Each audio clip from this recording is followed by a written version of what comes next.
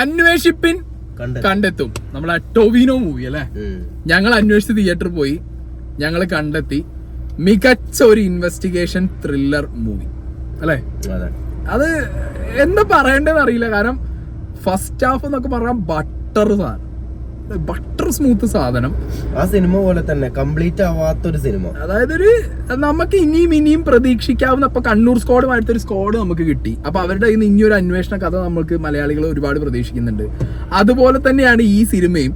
ടൊവിനോ ടീമിനെ ഇനിയും നമ്മൾ സ്ക്രീനിൽ കാണണമെന്ന് ആഗ്രഹിക്കുന്ന രീതിയിൽ ഉള്ള ഒരു ഫോർമുല ഉണ്ടാക്കി വെച്ചിട്ട് അതങ്ങനെ കൊണ്ടുപോയി എൻഡ് ചെയ്ത് ഇപ്പൊ അടുത്ത ഈ ടീമിന്റെ ഒരു സിനിമയ്ക്ക് വേണ്ടി വെയിറ്റ് ചെയ്യുന്ന രീതിയിലുള്ള ഒരു സ്റ്റോറി.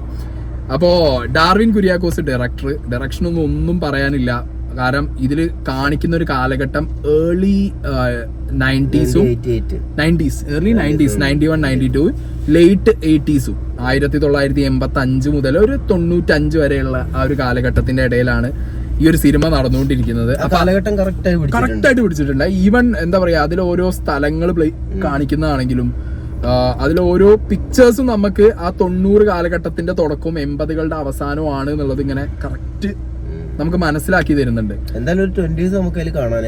അതായത് അത് ആ ഫ്രെയിമുകളും അതിന്റെ ടോണും കളർ ടോണും എല്ലാം കൊണ്ടും അത് ഭയങ്കരമായിട്ട് നമുക്ക് ആ ഒരു എഫക്റ്റീവായിട്ട് ആ ഒരു സാധനം ഡയറക്ടർക്ക് വെക്കാൻ തോന്നി. പിന്നെ ഓരോ ഫ്രെയിമുകളും ഭയങ്കര ഒരു ഇൻവെസ്റ്റിഗേഷൻ ത്രില്ലറിന് എന്താണോ ആവശ്യം അത് ഭയങ്കരമായിട്ട് ആ ഒരു നായന്റെ മണം പിടിച്ചു പോണ സീനിലൊക്കെ ഒരു ലോങ് ഷോട്ട് മുകളിൽ നിന്ന് ടോപ്പ് എന്നൊക്കെ കാണിക്കുന്നുണ്ട്. അത് ഭയങ്കര രസമായിട്ട് തോന്നി എനിക്ക് പേഴ്സണലി. ട്വിസ്റ്റുകൾ ഇങ്ങനെ സിനിമ കംപ്ലീറ്റ്. പിന്നെ ജിനു എബ്രഹാം ആണ് റൈറ്റർ. ജിനു എബ്രഹാമിന്റെ ഇതിന്റെ മുന്നത്തെ വർക്കുകളൊക്കെ നമുക്കറിയാം. ആഡം ജോണും പിന്നെ നമ്മുടെ കടുവ. സോ ഭയങ്കരമായ ഒരു ക്രാഫ്റ്റ് എന്ന് ഞാൻ പറയാൻ കാരണം എന്താ വെച്ചാ, ഇതിൽ ശരിക്കും നമുക്കൊരു സിനിമ ടിക്കറ്റ് എടുത്ത് കയറുമ്പോ ഒരു ത്രില്ലർ സ്റ്റോറി അല്ല, നമുക്ക് ഡബിൾ എഫക്റ്റ് ആണ്. അതെ, ഒരു സിനിമ ടിക്കറ്റിന്റെ പൈസക്ക് ഒരു 2 അന്വേഷണ കഥ കണ്ട ഒരു അതായത് 2 ക്രൈം സ്റ്റോറീസ് ആണ് ഇതിൽ, സെപ്പറേറ്റ് ക്രൈം സ്റ്റോറീസ് ആണ് ഇതിൽ പറയുന്നത്.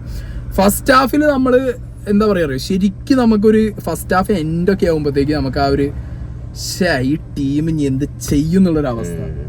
അതെന്ന് വെച്ചിട്ടുണ്ടെങ്കിൽ അത് ടൊവിനോ നന്നായിട്ട് പ്ലേ ചെയ്തിട്ടുണ്ട്. കാരണം ആളെ ഫേസിലും ഒരു ഒന്നും സക്സസ് ആവാത്ത പോലെയും എനിക്ക് ശരിക്കും ആ സിനിമ കണ്ടപ്പോൾ ആ ഫീൽ തന്നെ എനിക്കും കിട്ടിയത്. സിനിമ കണ്ടിറങ്ങുമ്പോഴും ഒന്നും ഒരു സക്സസ് ആവാത്ത എന്തൊക്കെയോ ബാക്കിയുള്ള പോലെ തോന്നി സിനിമ. അതേപോലെ ജിത്തുവായി ഒക്കെ എന്ന് പറഞ്ഞാൽ ടൊവിനോനെ അത്രയ്ക്ക് അങ്ങോട്ട് ഡൈജസ്റ്റ് ആവുന്ന ഒരു വ്യക്തിയല്ല. മൂപ്പര് ഫസ്റ്റ് ഹാഫ് കഴിഞ്ഞപ്പോഴും ഇനിയിപ്പോ എന്താ ടൊവിനോ എന്നൊക്കെ പറയുന്നത് ലാസ്റ്റ് ആകുമ്പോഴത്തേക്ക് അങ്ങനെ ഉണ്ട് അല്ലേ. എനിക്ക് ടൊവിനോ ഭയങ്കര ഇഷ്ടമായിട്ടോ. കാരണം ടൊവിനോ ഒരു മീറ്റർ പിടിച്ച് പോയിട്ട്, അതായത് ആ 80-90 കാലഘട്ടത്തിൽ ഒരു യങ് എനർജറ്റിക് പോലീസ് ഓഫീസർ ഇങ്ങനെ തന്നെയാവും. കുറച്ച് അച്ചടി ഭാഷയിൽ സംസാരിച്ച് കുറച്ചിങ്ങനെ മീശൊക്കെ ഇതാക്കി കുറച്ചൊരു അങ്ങനത്തെ ഒരു സാധനം തന്നെയാണ് ഇല്ലേ.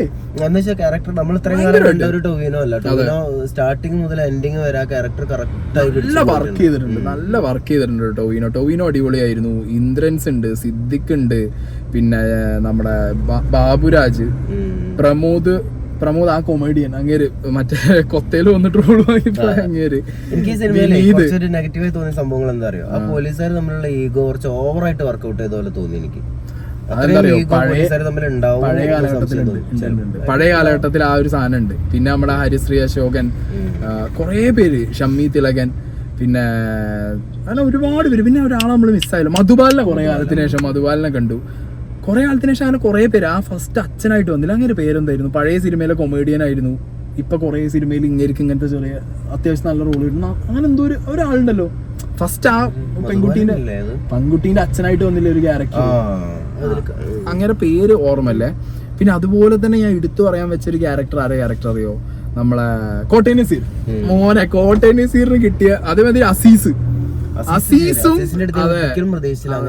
അസീസും കോട്ടയം നസീറും ഞെട്ടിച്ചു കിട്ടും. കാരണം ഇത്രയും കാലം നമ്മൾ അവരെ മറ്റേ കോമഡി കുപ്പിക്കകത്ത് കണ്ടിട്ട് പിന്നെയും കണ്ടിട്ടുണ്ട്. അതെ, അസീസ് പ്രതീക്ഷയ്ക്ക് അപ്പുറത്തായി പോയി. എനിക്ക് തോന്നുന്നു അതിന് ചാൻസ് കിട്ടാൻ കാരണം മിക്കവാറും നമ്മളെ കണ്ണൂർ സ്ക്വാഡ് ആവാൻ സാധ്യത. അതിന്റെ ചുവട് പിടിച്ചിട്ടുള്ള ഇത് ഒപ്പം തുടങ്ങി തന്നിട്ട് 100-150 ദിവസം ഷൂട്ട് ചെയ്ത ഒരു സിനിമ എന്നാണ് അറിയാൻ കഴിഞ്ഞിട്ടുള്ളത്. പക്ഷെ അതിനുള്ള വെർത്ത് ഉണ്ട് ഈ പടം. കാരണം ഓരോ ഇഞ്ച് ബൈ ഇഞ്ചിൽ ഇതിന്റെ മ്യൂസിക് പ്ലേസ് ചെയ്തത് മുതൽ ഇതിന്റെ തുടക്കത്തിലൊരു പാട്ടുണ്ട്. ഭയങ്കര ഒരു സാധനം നമുക്ക് തരുന്നുണ്ട് ആ പാട്ടൊക്കെ. ഒരു ഫോക്ക് സോങ്ങിന്റെ പോലെ ഒരു സാധനമാണ്. പക്ഷെ അത് ആ 90-80 കാലഘട്ടങ്ങളിൽ വരുന്ന പാട്ടിനെ പ്ലേസ് ചെയ്ത് അതേപോലെ തന്നെ കിടിലനായിട്ട് ആ പാട്ടിൽ നിന്നാണ് ആ സിനിമ കയറുകയാണ്. പിന്നെ ഓരോ രീതിയിലും ഇതിന്റെ BGM പ്ലേസ് ചെയ്തതാണെന്നുണ്ടെങ്കിലും ഇതിന്റെ ക്യൂരിയോസിറ്റി കൂട്ടുന്ന കുറച്ച് സാധനം ഉണ്ട് സെക്കൻഡ് ഹാഫിൽ. അതൊക്കെ ഭയങ്കര രസമായിട്ടുണ്ട്.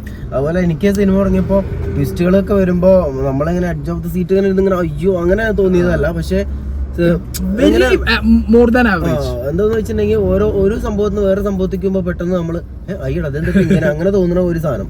അത് ആ സിനിമ കഴിയണ വരെ നമ്മൾ തിയേറ്ററിൽ അങ്ങനെ തന്നെയാണ് ഇരിക്കുന്നത്. അതായത് ഭയങ്കര വലിഞ്ഞു മുറുകി അങ്ങോട്ട് നീട്ടി വലിച്ച സിനിമയല്ല.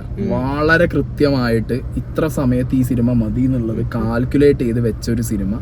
അത് വെരി വെൽ പെർഫോമൻസ്. ഇനിയിപ്പോ അതിൽ അഭിനയിച്ച എല്ലാവരും അല്ലേ, അതിൽ ആർക്കും ഓവറാക്കാൻ അവസരം കിട്ടിയിട്ടില്ല. അതിൽ ഫസ്റ്റ് ഒരു ക്രൈം സ്റ്റോറിയിൽ വരുന്നൊരു ചെക്കനും പെൺകുട്ടിയും. ചെക്കനെ കണ്ടപ്പോ ഞാൻ വിചാരിച്ചു ഷാറുഖ് ഖാനെ വെച്ചിട്ട് മറ്റേ ചെറിയ വയസ്സാക്കിയതാണോ എന്നുള്ളത് വിചാരിച്ചു. ആ പയ്യൻ കൊള്ളാം, ആ പെൺകുട്ടി കൊള്ളാം. അല്ല അതിൽ നടക്കുന്ന കേസുകളൊക്കെ സക്സസ് ആണ്. പക്ഷെ നമ്മളൊരു ടൊവിനോന്റെ പോലെ തന്നെ നമ്മളും ശരിക്കും നമ്മൾ ഇൻവോൾവ് ആയി. കണ്ണൂർ സ്ക്വാഡിൽ നമ്മൾ എങ്ങനെയാണോ കഥയ്ക്കകത്ത് ഇൻവോൾവ് ആയേ അതേപോലെ തന്നെ നമ്മൾ നമ്മളും അപ്പൊ ഒരു ടൊവിനോ ഉണ്ടായി പോകും. കാരണം നമ്മൾ ഒന്നിലും സക്സസ് ടൊവിനോ ഇതിലൊന്നും സക്സസ് അല്ലല്ലോ. അതുകൊണ്ട് തന്നെ നമുക്കും സാറ്റിസ്ഫൈഡ് ആവില്ല ഒരു കേസിലും. ഇനിയും ഒരു നല്ല കേസ് സക്സസ്ഫുൾ അല്ല എന്ന് പറയുന്നത് എന്താ അറിയോ നിങ്ങൾക്ക്? അതിങ്ങൾ സിനിമ കാണണം. കേസ് സക്സസ്ഫുൾ അല്ല എന്നല്ല പറയുന്നേ. കേസ് സക്സസ്ഫുൾ അല്ല എന്നല്ല. ആസ് എ പോലീസ് ഓഫീസർ എങ്ങനെയാണോ അയാൾ സക്സസ് ആവുന്നത് അതുപോലെ സക്സസ് അല്ല. ക്യാരക്ടറിൽ ടൊവിനോ സക്സസ് ആയതുകൊണ്ടാണ് നമുക്ക് പിന്നെ കാരണം ആ സിനിമ കഴിഞ്ഞ് ഇറങ്ങുമ്പോഴും നമുക്ക് ഇനിയൊരു കേസ് കൂടി ഈ ടീമിന് ഒരു നല്ല കേസ് കിട്ടിയിട്ട് അവരത് കിട്ടി പൊളിച്ച് കാണിച്ചു തരുന്ന സിനിമ കഴിഞ്ഞ. പിന്നെ സെക്കൻഡ് സ്റ്റോറിയിൽ towards the end that is brilliant അല്ലേ. നമുക്ക് എനിക്ക് എവിടെയോ ഒരു തോന്നിയിട്ടും പക്ഷെ എന്റെ മൈൻഡിൽ ആ ഒരു ഇവനാണോ എന്നുള്ളത് പോയി. ആദ്യം തോന്നി, പിന്നെ പോവാൻ കാരണം എന്ന് പറഞ്ഞു കഴിഞ്ഞാൽ പിന്നെ അങ്ങോട്ട് ഇവർ ഈ കഥ എടുത്തു വെച്ചതും കൊണ്ടുപോണതൊക്കെ നമ്മളെ ആ ഒരു ഓർമ്മകളിൽ നിന്ന് മാറ്റും. അങ്ങനെ എന്താന്ന് വെച്ചാൽ വേറൊരാളേക്ക് കൊണ്ടുപോകുമ്പോ നമ്മള് ഈ ഒരാളെ മെല്ലെ എങ്ങനെ മറന്നുപോകും. അങ്ങനെ ഒരുപാട് ശരിക്കും ഇയാൾക്ക് ആ കേസ് പോകുമ്പോ ഇയാൾക്ക് സ്ക്രീൻ സ്പേസ് കുറഞ്ഞു നമ്മൾ അറിയണില്ല. ലാസ്റ്റ് ആണ് ഇതൊക്കെ കാൽക്കുലേറ്റ് ചെയ്യുന്നത്. ശരിയാണല്ലോ അയാൾ പിന്നെ കാണാതെ അയാളെ നമ്മൾ ഒട്ടും നമ്മൾ ശ്രദ്ധിച്ചില്ലല്ലോ. കാരണം അതായത് നമ്മൾ ആരെയാണോ സ്ക്രീനിൽ കാണാതാവുന്നത് ആ വ്യക്തിനെയൊക്കെ റീപ്ലേസ് ചെയ്യാൻ അടുത്ത ആളുകൾ വരുന്നുണ്ട്. അതാണ് ആ ഒരു സിനിമേന്റെ ബ്രില്യൻസ് എന്ന് പറയുന്നത്. സോ ഓൾ ഇൻ ഓൾ എല്ലാം കൊണ്ടും പടം എന്താ പറയാ ഒരു നല്ല ക്രാഫ്റ്റ്. അതായത് മലയാള സിനിമയിൽ നിന്ന് ഇപ്പൊ അടുത്ത് ഇങ്ങനത്തെ ഒക്കെ നല്ല അന്വേഷണ കഥകൾ അല്ലെ നല്ല അടിപൊളിയായിട്ട് വരുന്നുണ്ട്. ഇതന്നെയാണ് മലയാളം എല്ലാരും ബാബുരാജും അതിനിടയിൽ ആ ഒരു ആർത്തന വിനു സെക്കൻഡ് സ്റ്റോറിയിൽ വന്നിട്ടുള്ള അവര് കുറെ കാലത്തിന് ശേഷം അവരെ കണ്ടുപോകുന്നുണ്ട് എനിക്ക് സിനിമയിൽ. അപ്പൊ ടോട്ടലി ഞാൻ പറഞ്ഞു നിങ്ങൾ ഒരു സിനിമയുടെ ടിക്കറ്റ് എടുത്താൽ നിങ്ങൾക്കൊരു ഐഫോൺ ചതിച്ചതാണ്, ചൂടായി ഓഫ് ആയതാണ്. അപ്പൊ ടോട്ടലി ഒരു സിനിമയുടെ ടിക്കറ്റ് എടുത്താൽ 2 ക്രൈം ത്രില്ലർ നിങ്ങൾക്ക് കാണാൻ പറ്റും. Super 2 crime stories. അതെങ്ങനെ ടൊവിനോയും ടീമും അത് തീർക്കുന്നു എന്നുള്ളത് നിങ്ങൾക്ക് കാണാം. ഞാൻ എടുത്തു പറയുന്നു, ടൊവിനോ മാൻ നിങ്ങളുടെ എഫേർട്ട് സിനിമയിൽ ഭയങ്കരമായിട്ട് കാണാനുണ്ട്. Hats off to you. Because ഓരോ സിനിമ കഴിയുമ്പോഴും ഈ ചെങ്ങാതി മലയാളത്തിൽ ഒരുപാട് നടന്മാരുണ്ടേ. എൻ്റെ കപ്പ് ഓഫ് ടീ വന്നു കഴിഞ്ഞാൽ അഭിനയിക്കാം. ഞാൻ ആ ഒരു സർക്കിളിൽ മാത്രം. അതല്ല ടൊവിനോ ഡേ ബൈ ഡേ എന്താണ് മെറ്റീരിയൽ എന്നുള്ളത് കാണിക്കുക. ഈ ഒരു പഴയകാല പോലീസുകാരനാവാൻ എല്ലാം കൊണ്ടും ആള് ഭയങ്കരമായിട്ട് എഫേർട്ട് എടുത്തിട്ടുണ്ട്. അതായത് ടൊവിനോ എനിക്ക് പൃഥ്വിരാജിനെ പോലെയൊക്കെ തോന്നി. ഭയങ്കര ഞാൻ കമ്പയർ ചെയ്ത് പറയല്ല, ബട്ട് ആ ഒരു എഫേർട്ടിന്റെ കേസിൽ ഭയങ്കര എഫേർട്ട്. സിനിമയിൽ ബാക്കി ആരും എഫേർട്ട് എടുക്കുന്നില്ല എന്നല്ല, പക്ഷെ സ്ക്രീനിൽ നമുക്ക് അനുഭവിക്കാൻ തുടങ്ങി ടൊവിനോന്റെ എഫേർട്ട്. അപ്പോഴാണ് സക്സസ് ആവുക. സോ ദെയർ ടൊവിനോ ഒരു രക്ഷയില്ല.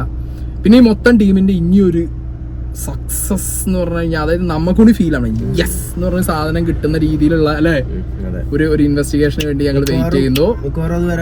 ചാൻസ് ഉണ്ട്. അങ്ങനെ തന്നെയാണ് ആ സിനിമ അവസാനിപ്പിച്ചത്. അപ്പൊ ചാൻസ് എന്തായാലും ഉണ്ട്. അപ്പോ കണ്ണൂർ സ്ക്വാഡ് പോലെ മലയാളികൾക്ക് നമ്മൾ ആനന്ദൻ ടീമിന്റെ ടൊവിനോന്റെ ഒരു ടൊവിനോ സ്ക്വാഡ് കിട്ടിയിരിക്കുകയാണ്. അപ്പോ ഇനി ഒരു സിനിമ വരുമോ ഇല്ലേ നമുക്കറിയാം. പക്ഷെ വരണം. കാരണം എന്താ അറിയോ, ഈ 90-80 കാലഘട്ടങ്ങളിലെ ഒരു പോലീസ് സിനിമ അത് ആ എഫക്റ്റോട് കൂടി കിട്ടുകയെന്നുണ്ടെങ്കിൽ അത് ഭയങ്കര രസമാണ് കേട്ടോ.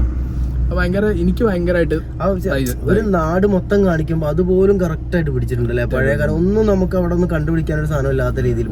പിന്നെന്താ അറിയോ, ചിലർക്ക് ചിലപ്പോ സെക്കൻഡ് ഹാഫിന്റെ തുടക്കം ചിലപ്പോൾ ലാഗ് ആയിട്ട് ചിലപ്പോ വെരി മൈന്യൂട്ട് ആയിട്ടുള്ള ആളുകൾക്ക്. പിന്നെ എടുത്തു പറയാനുള്ള കാര്യം, സിനിമ കഴിഞ്ഞ് ഇറങ്ങുമ്പോൾ എല്ലാവരും കൈയടിച്ച് ഇറങ്ങിപ്പോയെ. കണ്ണൂർ സ്ക്വാഡിന് ഇത് തന്നെ ഉണ്ടായി, കൈയടിച്ച എല്ലാവരും ഇറങ്ങിപ്പോയെ. സോ അടിപൊളി അല്ലേ.